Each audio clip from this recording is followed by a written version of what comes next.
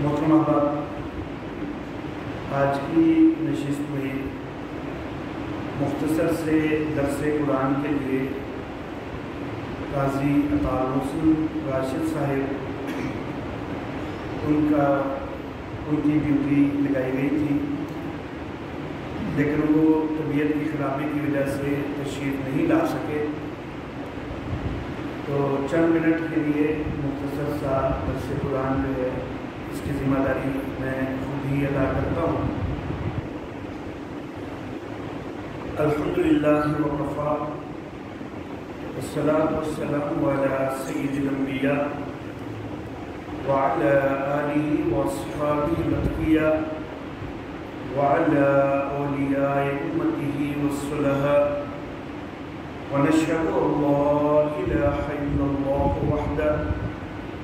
وحده لا شريك له ونشهد ان سيدنا ومولانا محمدا عبده ورسوله، اما بعد، فقال الله تعالى في القرآن الحكيم: اعوذ بالله من الشيطان الرجيم، بسم الله الرحمن الرحيم، الحمد لله رب العالمين الرحمن الرحيم مالك يوم الدين إياك نعبد وإياك نستعين اهدنا الصراط المستقيم صراط الذين أنعمت عليهم غير المغضوب عليهم ولا الضالين، صدق الله مولانا العلي العظيم وبلغنا نبيه ورسوله الكريم۔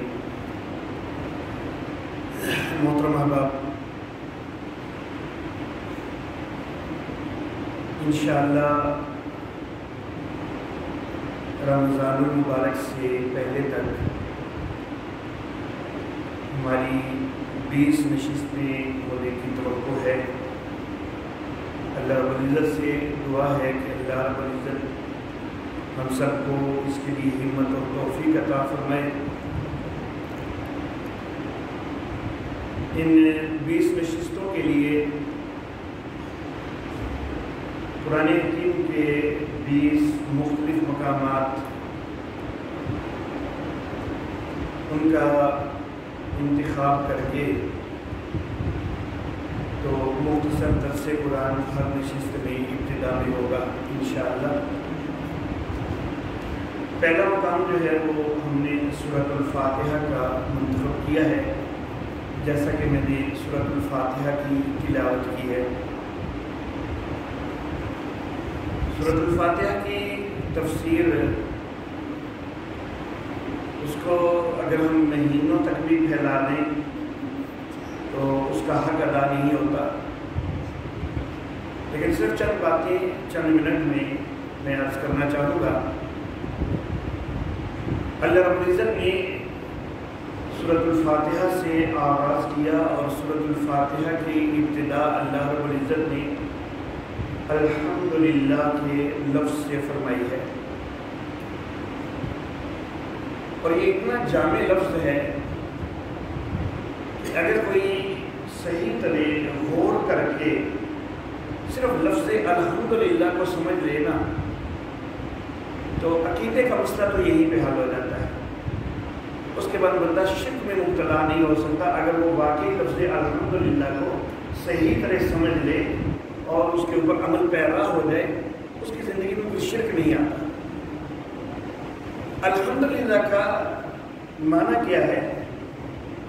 سب تعریفیں اللہ کے لیے ہیں، لیکن کیا ہم کسی اور کی تعریف نہیں کرتے؟ ہم تو اوروں کی بھی تعریف کرتے ہیں، اور بلکہ ہم نبی اکرم صلی اللہ علیہ وسلم کی اور دیگر انبیاء کی تعریف کرنے کو اپنے ایمان کا حصہ سمجھتے ہیں۔ صحابہ کرام کی ہم تعریف کرتے ہیں اور اس پر ہمیں فخر ہے، ہم اس کو اپنے ایمان کا حصہ سمجھتے ہیں۔ تابعین کی، اولیاء کی، اتقیاء کی، صلحاء کی تعریفیں ہم کرتے ہیں، علماء کی کرتے ہیں، حفاظ کی کرتے ہیں، قاری حضرات کی کرتے ہیں، بلکہ اپنے عزیز و اقارب کی بھی کرتے ہیں، اپنے دوست احباب کی بھی کرتے ہیں۔ پھر انسانوں سے نیچے آ کے ہم کے اپنے جانوروں تک کی بھی تعریفیں کرتے ہیں.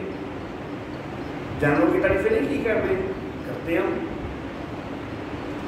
اپنے پالتو جانوروں کی بھی کرتے ہیں, مویشیوں کی بھی تعریفیں کرتے ہیں. اس سے بھی نیچے آتے ہوئے ہم تو بے جان چیزوں تک کی بھی تعریفیں کر دیتے ہیں. تو اللہ رب العزت فرما رہے ہیں کہ الحمدللہ سب تعریفیں اللہ کے لیے ہیں. تو کیا ہم باقی ہر ایک کی تعریف کر کے غلط کر رہے ہیں؟ کیا ہم قرآن کے پہلے لفظ کے خلاف چل رہے ہیں؟ ایسا تو نہیں ہے.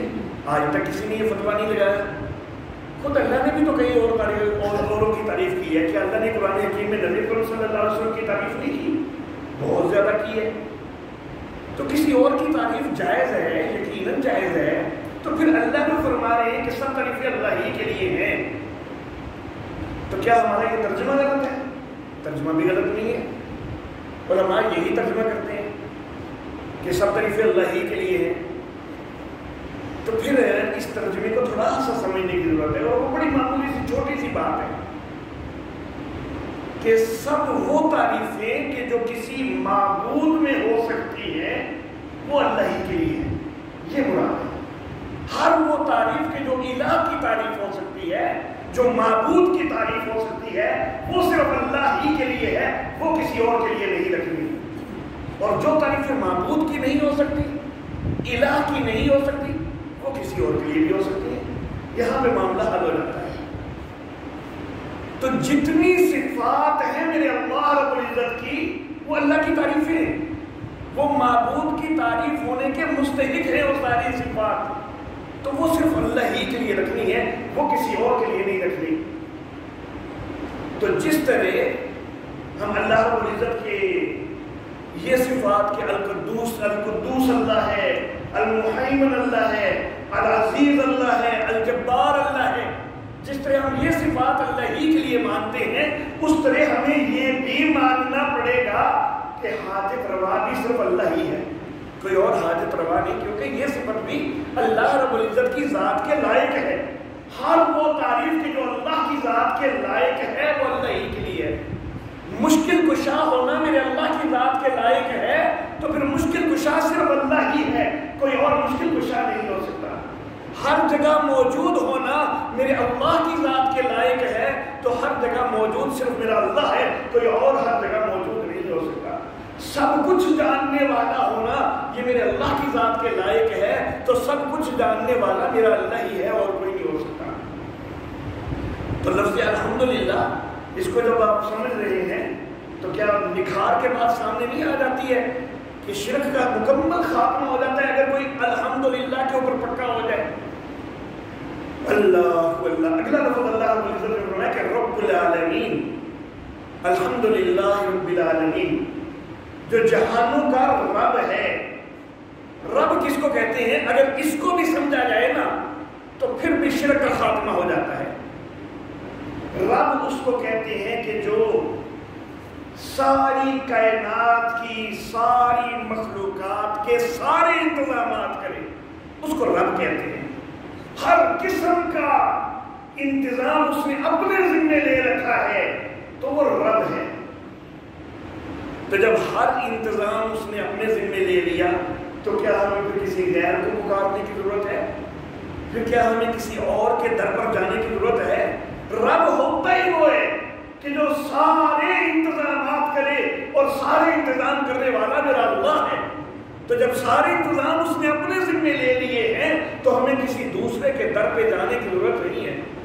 دوسروں کی اطاعت ضرور کریں گے, دوسروں سے محبت ضرور کریں گے, ان کے نقش قدم پہ ضرور چلیں گے, لیکن ان کو معبود نہیں بنا لینا.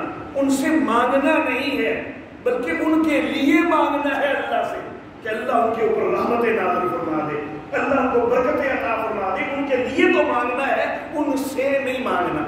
مانگنا ہے تو صرف اللہ سے مانگنا ہے. اور جو کوئی غیر کے در پہ جاتا ہے تو گویا کہ اس نے اللہ کو رب نہیں مانا, کیونکہ رب ہوتا ہی وہ ہے کہ جو سارے انتظام کرے. تو وہ غیر پہ در پہ جا رہا ہے تو گویا کہ اللہ سے مایوس ہو کے جا رہا ہے نا, تو اس نے پھر اللہ کو رب مانا ہی نہیں. تو اللہ تو سارے جہانوں کا رب ہے, اس نے ہر چیز کے سارے انتظامات لے رکھے ہیں اپنے ذمہ. اور رحمان الرحیم, وہ بڑا مہربان ہے، نہایت رحم کرنے والا ہے، اس کی رحمتیں اتنی زیادہ ہیں کہ میرا اللہ خود فرماتا ہے کہ ان تعدوا نعمت اللہ لا تحصوها، اگر تم اللہ کی نعمتوں کو شمار کرنا شروع کر دو کبھی شمار نہیں کر سکتے ہو۔ اللہ اللہ مالک یوم الدین، وہ انصاف کے دن کا مالک ہے۔ کیا وہ آج کا مالک نہیں ہے؟ مالک تو وہ آج کا بھی ہے، لیکن اللہ نے خاص طور پر فرمایا کہ وہ انصاف کے دن کا مالک ہے۔ کیوں؟ اس لیے کہ آج تو کئی دہریے بھی موجود ہیں جو اس کو نہیں مانتے، آج کئی دہریے موجود ہیں، لیکن جب انصاف کے دن اس کی بارگاہ میں کھڑے ہوں گے تو وہاں بڑے سے بڑا بدبخت اور کافر بھی انکار کرنے کی مجال نہیں رکھے گا۔ تو جہاں انکار کبھی کوئی بھی نہیں کر سکے گا، اس کا خاص طور پر ذکر کیا کہ مالک یوم الدین، وہ انصاف کے دن کا مالک ہے۔ ایاک نعبد و ایاک نستعین، ہم تیری ہی بندگی کرتے ہیں اور تجھ سے ہی مدد مانگتے ہیں، اور ہم تیری ہی بندگی کرتے رہیں گے اور تجھ سے ہی مدد مانگتے رہیں گے۔ اللہ اللہ، پہلی جو 3 آیات مبارکہ ہے نا، وہ اللہ کی تعریف پر مشتمل ہیں، اور یہ جو آیت میں نے ابھی پڑھی ہے، اس کے بعد اگلی جو آیتیں آ رہی ہیں نا، اہدنا الصراط المستقیم صراط الذین انعمت علیہم غیر المغضوب علیہم ولا الضالین، وہ جو اگلی آیتیں آ رہی ہیں نا، وہ دعا پر مشتمل ہیں۔ پہلی آیتیں اللہ کی تعریف پر مشتمل ہے، بعد کی 3 آیتیں دعا پر مشتمل ہیں۔ بندے کے عمل والی آیت ایک ہی ہے کہ بندے نے کیا کرنا ہے، وہ یہ ہے کہ ایاک نعبد و ایاک نستعین، یا اللہ بندگی کرتے ہیں تو تیری ہی کرتے ہیں، کسی اور کی نہیں کرتے، اور کرتے رہیں گے تیری ہی کریں گے، کسی اور کی نہیں کریں گے۔ یا اللہ مدد مانگتے ہیں تجھ سے ہی مانگتے ہیں اور تجھ سے ہی مانگتے رہیں گے، نہ کسی اور سے مانگتے ہیں نہ کسی اور سے مانگیں گے۔ اللہ اللہ، نعبدو اور نستعین دونوں مضارع کے صیغے ہیں، اور مضارع کا صیغہ حال کے لیے بھی ہوتا ہے، مستقبل کے لیے بھی ہوتا ہے۔ اس لیے میں نے یہ ترجمہ کیا کہ ہم تیری ہی بندگی کرتے ہیں اور کرتے رہیں گے، ہم تجھ سے ہی مدد مانگتے ہیں اور مانگتے رہیں گے۔ اللہ اللہ، زمانے تو 3 ہوتے ہیں نا، ماضی، حال اور مستقبل۔ اللہ رب العزت نے ماضی کا نہیں کچھ پوچھا، اللہ نے ماضی کا نہیں کہلوایا۔